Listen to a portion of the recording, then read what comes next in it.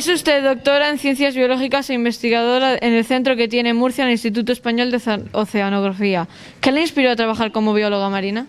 Pues familiarmente he tenido siempre mucha conexión con el mar y ya desde pequeña pues tenía mucha avidez por saber qué es lo que estaba pasando debajo de la superficie brillante del mar.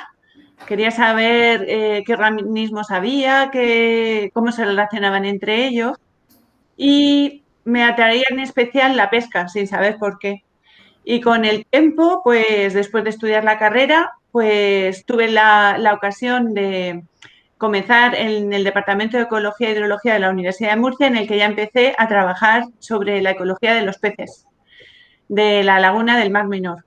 Y posteriormente pasé al Instituto Español de Oceanografía, donde he seguido trabajando en esta línea. Algunos de los proyectos en los que ha trabajado están centrados en el Mar Menor. ¿Cuáles son los mayores peligros ahí para la fauna marina y por qué ocurren? Bueno, pues recientemente ha salido en prensa, incluso a nivel nacional, los procesos de eutrofización por los que está pasando la laguna. Esto quiere decir que la laguna está recibiendo mucha materia orgánica procedente de los campos de cultivo que rodean a la laguna. Esta materia orgánica, cuando llega al mar, pues empieza a descomponerse. La que no puede ser asimilada directamente por el plancton, que fitoplancton que se encuentra en la columna de agua, pues pasa al fondo.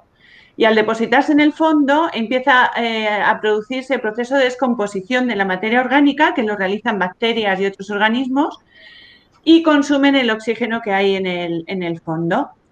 Este consumo de oxígeno provoca una situación en la que no hay oxígeno para los organismos vivos que se encuentran en el fondo y esto causa mortalidades masivas, como lo que pasó en un episodio que tuvimos muy desgraciado en octubre del 2019, que empezaron a salir grandes cantidades de peces, crustáceos, todos muertos a la orilla. Entonces, actualmente los peligros principales que tiene el Mar Menor es el aporte de materia orgánica procedente del campo de Cartagena, de los cultivos, los aportes de nutrientes diferentes, fosfatos, etcétera, que se utilizan para la agricultura, y también la llegada de metales pesados procedente de la minería que hubo hace muchísimos años en la Sierra de Cartagena. Los restos de la minería se acumulaban por fuera de las minas y las lluvias han arrastrado estos restos mineros cargados de metales pesados hacia la laguna. Entonces, estos son los principales peligros por los que está pasando el Mar Menor. Se está ahora desarrollando una actividad a nivel de gobierno regional para intentar evitar que estas cantidades de nutrientes y contaminantes lleguen a la laguna por medio de instalación de zonas de vegetación autóctona es un tipo de vegetación que tiene mucha avidez por los metales pesados. Entonces, si las plantas los retiran del agua, el agua que llega a la laguna estaría más limpia. Y por ahí van los tiros en la actualidad. Aparte del Mar Menor, también se sabe que el Mediterráneo es un mar bastante contaminado. ¿Cuáles son las principales causas de esto y qué consecuencias tiene para los animales marinos? Vale, pues sí, ahí está contaminado principalmente por lo que llega, como siempre, al mar desde las ciudades, a través de los ríos, a través de la escorrentía de la lluvia por la tierra. Entonces arrastran los residuos de minerías, de industrias, agrícolas, urbano, y que son las principales fuentes de aporte al mar Mediterráneo. También llega a través de la atmósfera. Todos estos contaminantes que pasan a la atmósfera, luego a través de las lluvias vuelven a pasar al agua del mar. Y siendo una vía importante de entrada de contaminantes. ¿Provocan alteraciones en los seres vivos? Pues sí. Por ejemplo, en los peces, los metales pesados y los insecticidas que se utilizan en la agricultura pueden alterar la capacidad reproductiva que tienen los peces, porque alteran la síntesis de vitelo, la formación de huevos, etcétera. también pueden provocar alteraciones de tipo neurológico que alteran el comportamiento. Aparte de que pueden acumularlos en músculo y al final acabar en los platos, en nuestros platos, cuando nos vamos a comer pescado, mariscos o cefalópodos. Entonces, estos son los principales riesgos que hay. Quizás el mayor peligro para la vida en los mares es el efecto del calentamiento global. En sus investigaciones, ¿cómo ha notado que afecta a las especies marinas y qué peligros les trae? Pues mira, es una pregunta muy interesante porque el calentamiento global provoca también un calentamiento de la temperatura del agua, del mar. Entonces, lo que se está produciendo es que hay especies que antes solamente se encontraban en el Ecuador o en los trópicos que están subiendo cada vez hacia latitudes mayores, porque el agua se va calentando y entonces son zonas donde ellos pueden vivir. Entonces, en el Mediterráneo, por ejemplo, están empezando a entrar especies desde del Mar Rojo a través del canal de Suez.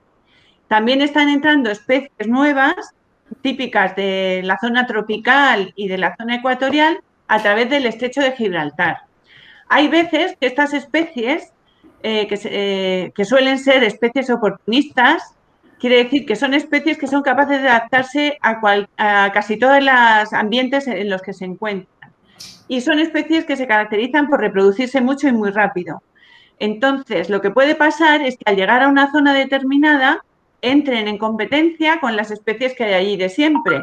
Puedan acabar con ellas, desplazándolas o haciéndolas desaparecer. Ese es uno de los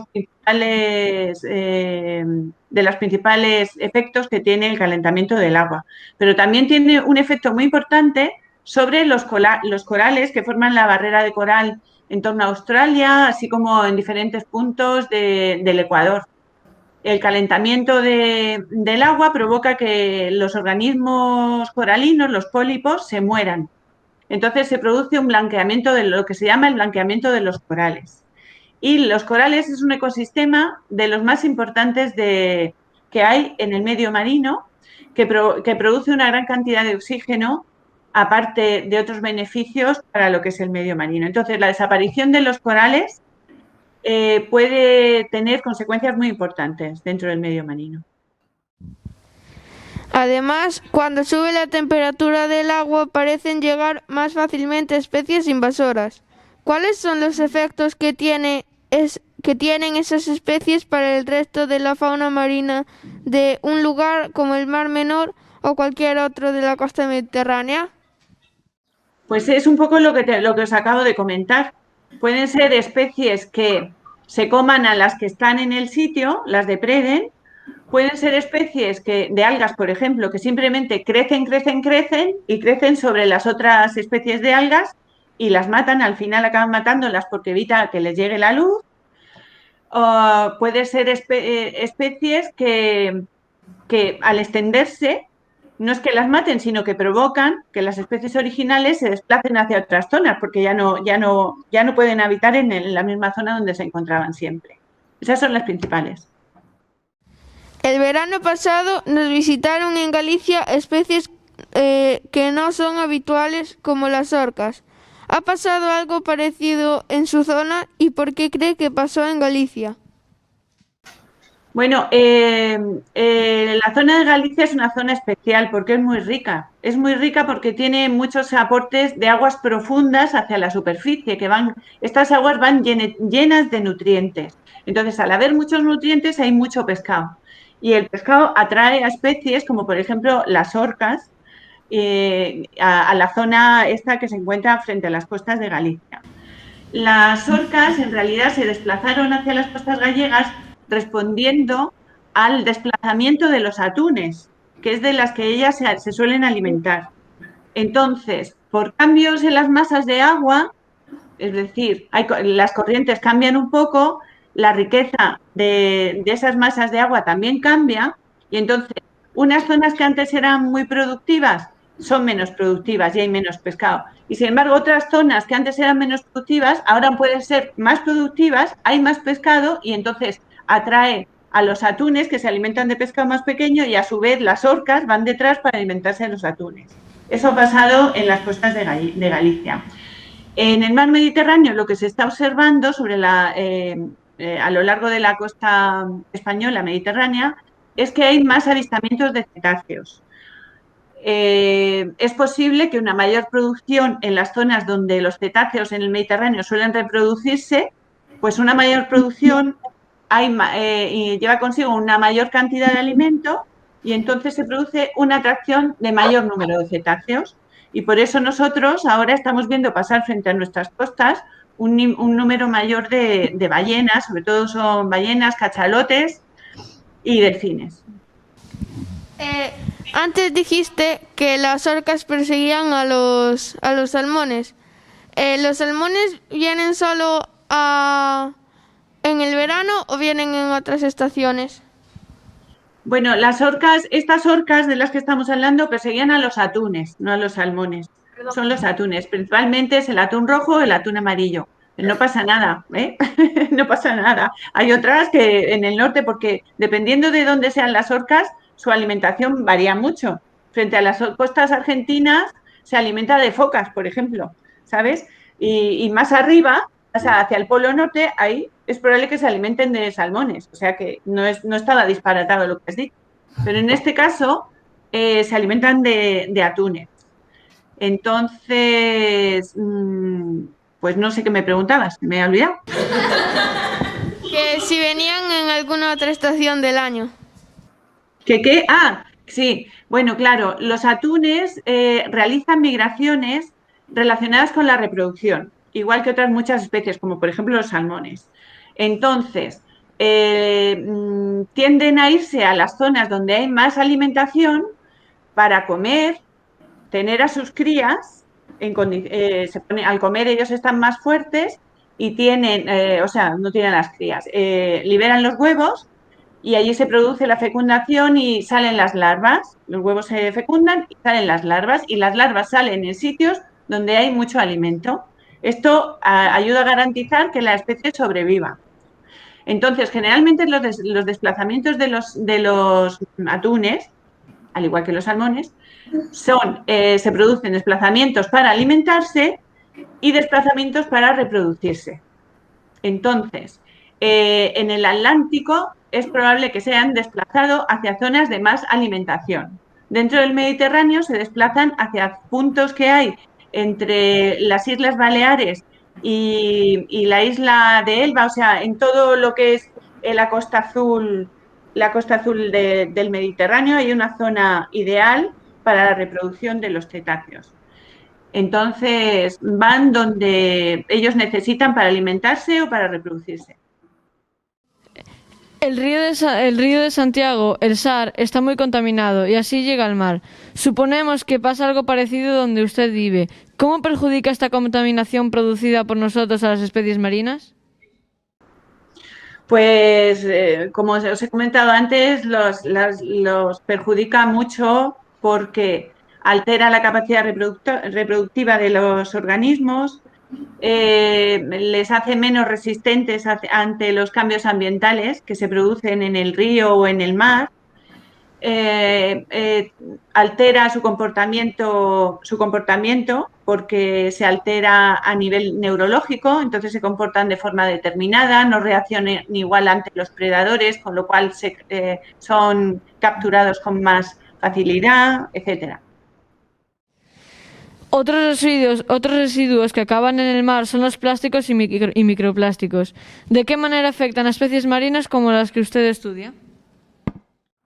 Pues esto es una línea que está desarrollándose ahora sobre todo y se está viendo qué organismos son los que acumulan y cómo lo acumulan los microplásticos. Sobre los efectos todavía no se tiene una idea muy clara de cuáles pueden ser, pero pueden ir en la línea de alteraciones neurológicas de los organismos que afectan a muchos aspectos de su metabolismo. Y una de las cosas importantes es que los organismos marinos los acumulan y luego pueden llegar hasta nosotros a lo largo de la cadena trófica, ¿sabes? Y tener efectos nocivos sobre nuestra salud también. Otro problema importante es la pesca excesiva. ¿Qué están haciendo mal los gobiernos para que pase eso y qué debe cambiar para que la pesca sea sostenible? Aquí, como siempre, en los temas de pesca hay muchísimos intereses económicos detrás. Entonces, lo que se tiende a regular es los kilos que pueden capturar por barco, por ejemplo, o flotas. Eso se llaman los TAC, que son unas cuotas que se ponen a nivel comunitario y que regula la cantidad de especies, la cantidad en kilos de diferentes especies que pueden sacar las flotas pesqueras en diferentes caladeros. Un caladero es la zona donde van a pescar los barcos. Entonces, se tiende a controlar la pesca controlando las capturas que se sacan en cuanto a kilos, se tiende a controlar la pesca en cuanto a la talla de los ejemplares que sacan, porque si sacan grandes, entonces están sacando reproductores y eso influye después directamente en la supervivencia de las diferentes especies. Y si sacan muy pequeños, están sacando lo que se llaman reclutas, que son futuros reproductores. Entonces, si capturan muchos pequeños, también peligra la supervivencia de la especie. Entonces, entre los trabajos que desarrollamos aquí en el oceanográfico, nosotros está el analizar cómo se encuentran las poblaciones que se están explotando. Y nosotros vemos las abundancias que hay de las diferentes especies, si hay muchos grandes, si hay muchos pequeños, si son muy viejos o son muy jóvenes, si se están capturando las especies en el momento en el que se están reproduciendo, lo que sería muy malo, porque si tú las sacas del mar antes de que se reproduzcan, la especie no se perpetúa, etcétera. Entonces, nosotros obtenemos toda una serie de información biológica que luego transmitimos a las autoridades a nivel español y luego las autoridades españolas a la Comunidad Europea para llevar este control sobre la pesca. ¿Cuál es la causa de que la sobrepesca vaya aumentando con el tiempo? Pues en ciertas partes del mundo hay más demanda de consumo de pescado y entonces si hay más demanda tienden a capturar más. También aunque a veces el exceso de captura provoca una disminución del precio del pescado, entonces al final acaba teniendo un efecto negativo, la sobrepesca. También hay cierto cambio en la cultura de alimentación de los diferentes países y se tiende a tener una alimentación más equilibrada, con más consumo de pescado. Entonces, eso es uno de los puntos que puede contribuir a que se incremente la demanda de pescado. Pero sobre todo suelen ser causas de origen comercial las que motivan la sobrepesca.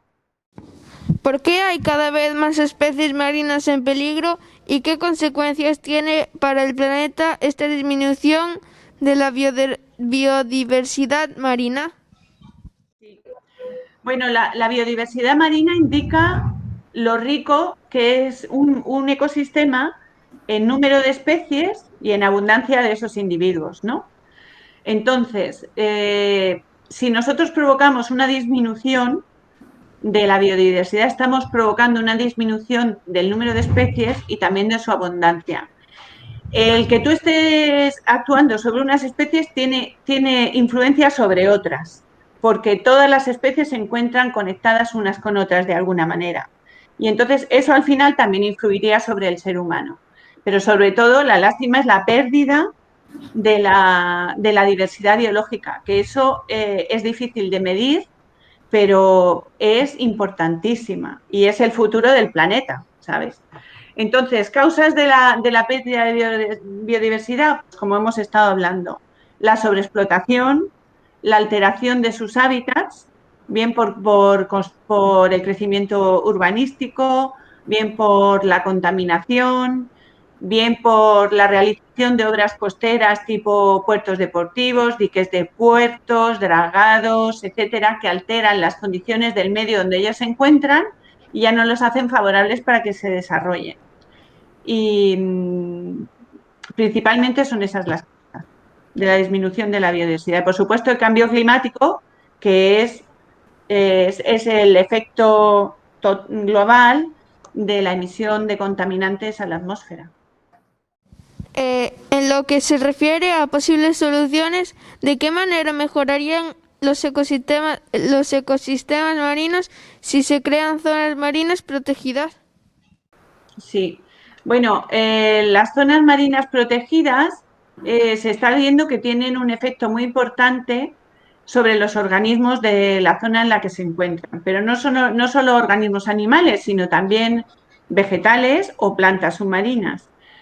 Hay reservas marinas que se dedican a la protección de áreas con una finalidad pesquera, es decir, se protegen zonas donde las especies se reproducen o donde los pequeñines de las diferentes especies se agrupan para poder crecer.